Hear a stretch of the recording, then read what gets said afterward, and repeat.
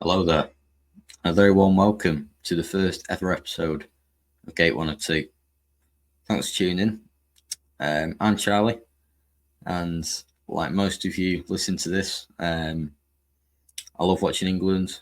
I love international football and enjoy the togetherness it brings throughout the nation. Some of the best moments of my life have come watching England at major tournaments. So much so, I thought I'd use my love for English football and do this podcast. Hopefully, this will not only bring enjoyment to myself, but also you listeners. So, in case you didn't know, this is a new podcast all about England under Gareth Southgate. So, I'll cover the highs and the lows during his 8-year reign. So, how I'm going to do this is I'll go into detail about every single game, all the 102 games. And yeah, I'll get into it. So, I'll start with the very first game, which was England v Malta back at Wembley in October 2016. It was a 2-0 win for England. This game's a World Cup qualifier, and England had already won their opening game against Slovakia in what was Sam Allardyce's only match as England boss. It was the first of what was originally going to be 4 interim games for Gareth, so essentially he was on trial in this game. And he said before the game he wanted his team to be free, fearless, and to take loads of risks going forward. So before I go into more detail about what happened, I'll run through the start 11, the first start 11 ever picked under Gareth. So a 4-3-3 formation. Joe Hart started in goal. It was a back four, right to left of Kyle Walker, John Stones, Gary Cahill, and Ryan Bertrand. A midfield three of Jordan Henderson, Wayne Rooney, and Dele Alli. And then a front three of Theo Walcott, Daniel Sturridge, and Jesse Lingard. Talking of Lingard, it was actually a debut for him. He made his first of what was 32 England appearances.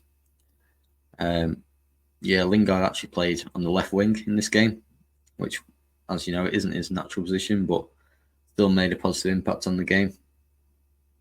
I think when you look through that start 11, I think the noticeable thing about the team was the difference in age. You had the experienced players of Hart, Cahill, and Rooney, but you also had the younger players, at the time, likes of Stones, Ali, and Lingard. And obviously these players aren't that young anymore, but back in 2016 they were. And those young players, Stones, Ali, and Lingard, all played under Gareth in the under-21s, which was beneficial going into this game under a new manager.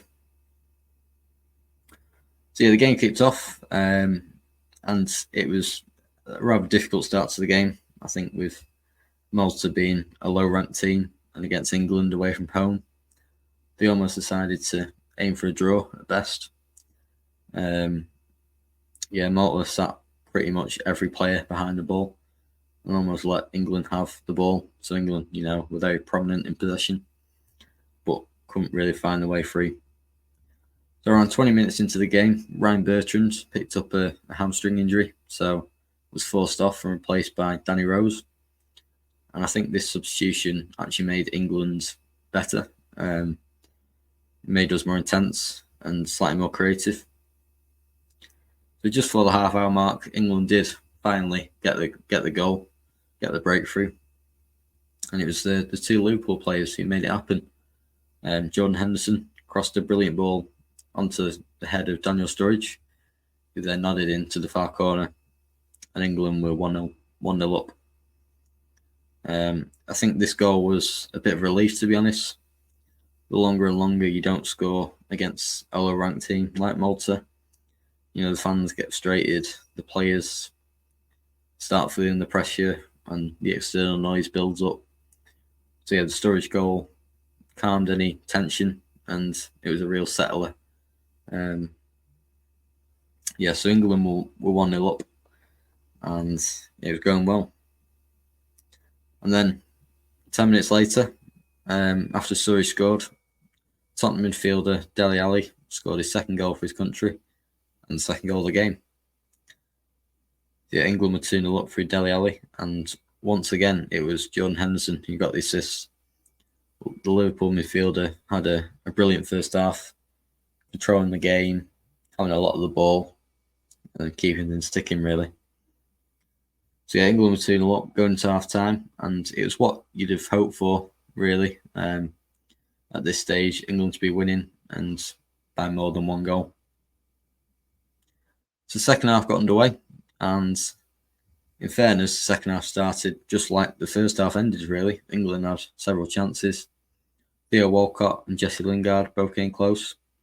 I was watching the game back recently, actually, and Andrew Hogg, who was the Malta goalkeeper, he was by far Malta's best player, and I think that says a lot about how the game went, really. England having majority chances, majority of the ball.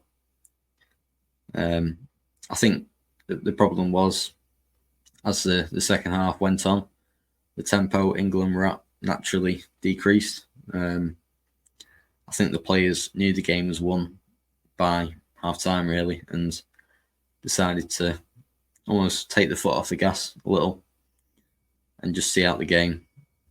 And that's what England did. I think, yeah, it's obviously you'll get people wanting us to attack all game and try and score 5 or 6 goals, but you know, we've got to consider that it was a game in October, still really early on in the season. Players don't want to get injured or tire themselves out too much, and yeah, it's probably a reason why England lacked that intensity in the second half. Yeah, there's not really much to say about the second half. There's not a lot happened, to be honest. Other than the fact England controlled the game just like it did in the first, but just didn't have that creativity or spark. I think one slight low point of the night was Wayne Rooney's performance. Obviously, he was captain.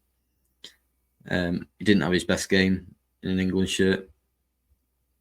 I was looking back at some stats from this game, actually, and it turns out Rooney had 177 touches of the ball, but not a single one came in the opposition 18-yard box. I think when we look back on, the career Rooney had, we remember him as the prolific goal scorer who scored, loads and loads of goals, club and country. However, in this game, he was playing as almost a holding midfielder, really. And that's not where you really want him, as it didn't really allow him to do what he did best. So yeah, 177 touches of the ball for Wayne and not one in the opposition box, which, wasn't great, really. Personally, though, I didn't really understand the decision to play Rooney in midfield, as I didn't think he had the legs in him to do that as he got older in his career. But like you say, I think we all know how it ends for Rooney beyond here. It was, in fact, one of the only times we saw Rooney play under Southgate. But I'll talk about that in a few episodes' time. And yeah, that was that, really. It wasn't an enthralling game, but it was comfortable. And it was a win that Gareth would have been pleased with on his opening game in charge. It was a good start for him and his team. Obviously, like I said before, fans would have expected us and wanted us to beat Malta by 5, 6, 7 goals, but football doesn't always work out like that. You can only beat what's in front of you, and if you can win your qualifying game, then you've done your job. 3 points, and we move on. So I think I've sort of said everything I can say about the game, really. So yeah, I think I'll leave it there. As you know, this is my first episode, so please do give me feedback and tell me how I can improve, as there's definitely room for improvement.